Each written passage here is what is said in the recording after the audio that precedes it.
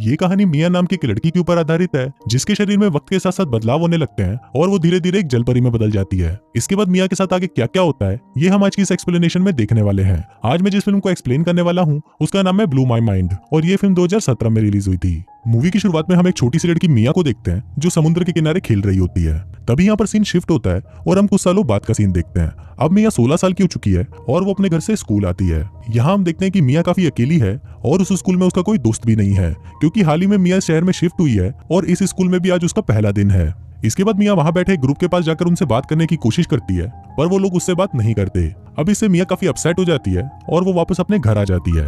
घर वापस आने पर उसकी मॉम उसे पूछती है कि स्कूल में उसका पहला दिन कैसा था। अभी सुनकर मिया बहुत ज्यादा गुस्सा हो जाती है और वो अपनी मॉम को धक्का देकर उन्हें उसके रूम से बाहर जाने के लिए बोलती है। अब मिया की इस हरकत को देखकर उसको उसके डैड से काफी डांट भी पड़ती है। इसी बीच मिया अपने शरीर में कुछ चेंजेस महसूस कर रही थी पर उसे पता नहीं था कि वो क्या है। फिर रात को मिया पानी पीने के लिए नीचे आती है और वो पानी में बहुत ज्यादा नमक डालकर उसे पी जाती है जो कि काफी अजीब था। फिर अगले दिन स्कूल में मिया फिर से उस ग्रुप से बात करने की कोशिश करती है पर इस बार भी वो लोग मिया को ज्यादा भाव नहीं देते इसलिए वो वहां से जाने लगती है। पर इस बार उस ग्रुप की लीडर छिपकली उसके पास आती है और उसे अपने साथ अपने घर चलने के लिए बोलती है। इसके बाद सभी लड़कियां छिपकली के घर पर आती हैं और वहां पर वो सभी साथ मिलकर मस्ती करती हैं। वहां पर छिपकली मिया की एक ऑनलाइन डेटिंग वेबसाइट पर अकाउंट भी बना देती है। इसके बाद छिपकली के पिछवाड़े में अचानक चुल सी मचती है और वो सभी को बोलती है कि क्या तुम में से कोई मेरा गला दबाएगा क्योंकि मुझे ऐसा करने में बहुत मजा आता है। अब उसकी ये बात सुनकर उसकी फ्रेंड सोचती हैं कि शायद ये कल रात को सर के बल गिरी है इसलिए ये ऐसी बहकी बहकी बातें कर रही है। लेकिन वहां पर मिया उसकी चुल शांत करने के लिए राजी हो जाती है और फिर वो छिपकली का गला दबाने लगती है। अब ऐसा करने पर छिपकली थोड़ी देर के लिए बेहोश हो जाती है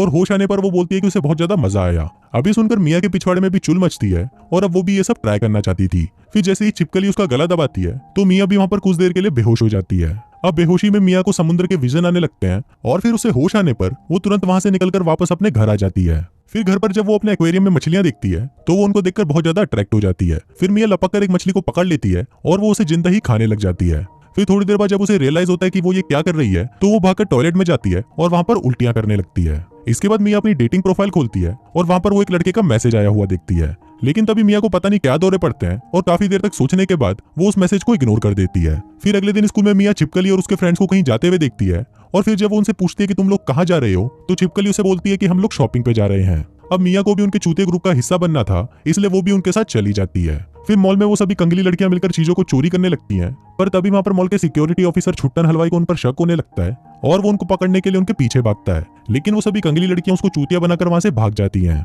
इसके बाद घर आकर मिया अपनी डेटिंग प्रोफाइल खोलती है और इस बार वो उस आदमी के मैसेज का रिप्लाई दे देती है। फिर उन दोनों में चैटिंग होना शुरू होती है और थोड़ी देर तक बातें करने के बाद मिया उस आदमी को मिलने के लिए बुलाती है। फिर इसके बाद जब मिया नहा रही होती है तो वो देखती है कि उसके पैरों की 2 उंगलियां आपस में चिपक गई हैं।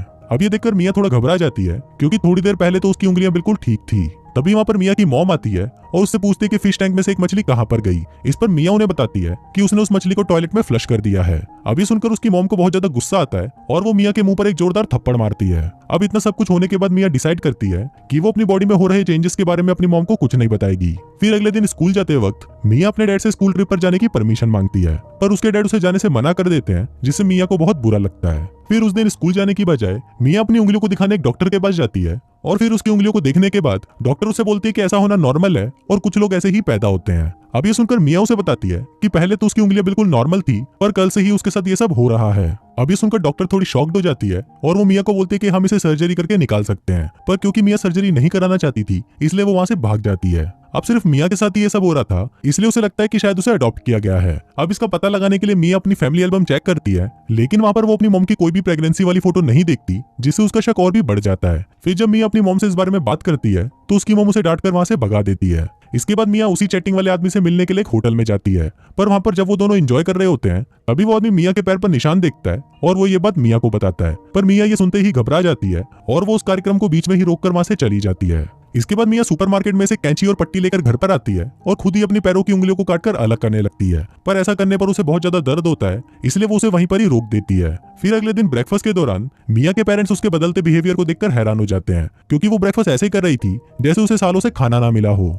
इसके बाद मिया रात को क्लब जाकर अपने दोस्तों के साथ पार्टी करती है और पार्टी के बाद वो छिपकली को अपने साथ रुकने के लिए अपने घर ले आती है। फिर अगले दिन छिपकली मिया के पेरेंट्स से मिलती है और वो मिया को स्कूल ट्रिप में अपने साथ ले जाने के लिए स्कूल ट्रिप के फॉर्म पर उसके डैड के नकली साइन भी कर देती है। और फिर अगले दिन मिया अपने पेरेंट्स को बिना बताए स्कूल ट्रिप पर चली जाती है। फिर ट्रिप के दौरान वो नोटिस करती है कि उसके पैर और भी ज्यादा काले हो गए हैं और वो अपने पैरों को देखकर वहीं पर ही बेहोश हो जाती है। फिर बेहोशी में उसे फिर से समुद्र के विजन आने लगते हैं और फिर जब उसे होश आता है तो वो वहीं पर उल्टी करने लगती है। तभी छिपकली की एक फ्रेंड भी वहां पर आ जाती है और वो मिया के काले पैरों को देख लेती है। दूसरी तरफ मिया के पेरेंट्स को भी पता चल चुका था कि वो स्कूल ट्रिप पर गई है, इसलिए घर आने पर वो मिया को बहुत ज्यादा डांटते हैं, पर मिया उनकी बातों को इग्नोर कर देती है और वो सोने के लिए चली जाती है। अब मिया सोने की बहुत कोशिश करती है पर उसे नींद नहीं आ रही थी, इसलिए वो जमीन पर लेट जाती है और वहीं पर ही सो जाती है। फिर अगली सुबह मिया देखती है कि उसके पैरों में से स्किन निकल रही है जैसे किसी मछली के शरीर से निकलती है। अब ये देखकर मिया बहुत ज्यादा डर जाती है और वो स्किन को अपने बेड के नीचे छुपा देती है ताकि उसके पेरेंट्स को इस बारे में पता ना चले। इसके बाद मिया स्कूल जाती है जहाँ पर एक टीचर क्लास में एक मछली के ऊपर एक्सपेरिमेंट कर रहा था। अब उस मछली को देखकर मिया उसकी तरफ अट्रैक्ट होने लगती है और सभी के वहां से जाने के बाद वो उस मछली को कच्चा ही खा जाती है। अब उसे ऐसा करते हुए एक लड़की देख लेती है, पर वहां मिया उसे धमकी देती है कि अगर उसने इस बारे में किसी को बताया तो वो उसको नहीं छोड़ेगी। इसके बाद हम देखते हैं कि मिया के पेरेंट्स कुछ दिनों के लिए घर से बाहर जाते हैं और जब मिया घर पर अकेली होती है तो वो फिश टैंक में से सारी मछलियां निकालकर उन्हें खा जाती है। तभी वहां पर उसे छिपकली का मैसेज आता है और वो उसे एक पार्टी में आने के लिए इनवाइट करती है। इसके बाद मिया उस पार्टी में जाती है और वहां पर वो बहुत ज्यादा ड्रिंक कर लेती है। फिर जब मिया भंड होकर एक कोने में पड़ी होती है तभी वहां पर उसे छिपकली की चिल्लाने की आवाज सुनाई देती है। दरअसल छिपकली पानी में डूब रही थी और उसे वहां पर कोई भी बचा नहीं रहा था। तभी मिया वहां पर भागती हुई आती है और वो पानी में कूदकर उसे बचा लेती है। इसके बाद मिया जब अपने पैरों को वापस देखती है तो उसके पैर पूरी तरह खराब हो चुके थे और वो और भी ज्यादा काले होते जा रहे थे, इसलिए मिया अपने पैरों को एक पट्टी से बांधने लगती है। अब मिया ऐसा कर ही रही होती है कि तभी वहां पर छिपकली आ जाती है और वो उसके पैरों को देखकर हैरान हो जाती है। फिर मिया उसे वहां से जाने के लिए बोलती है तो छिपकली भी अपना पिछवाड़ा उठाकर वहां से भाग जाती है। इसके बाद मिया फिर से तैयार होकर पार्टी में आती है और वो वहां पर बहुत सारा नशा करने लगती है। अब ये देखकर कुछ लड़के उसका फायदा उठाने की कोशिश करते हैं, पर तभी वहां पर छिपकली आकर उसे बचा लेती है। अब मिया इन सबसे परेशान होकर वापस अपने घर आ जाती है और घर आते ही वो देखती है कि वो अपने पैरों पर ठीक से खड़ी भी नहीं हो पा रही।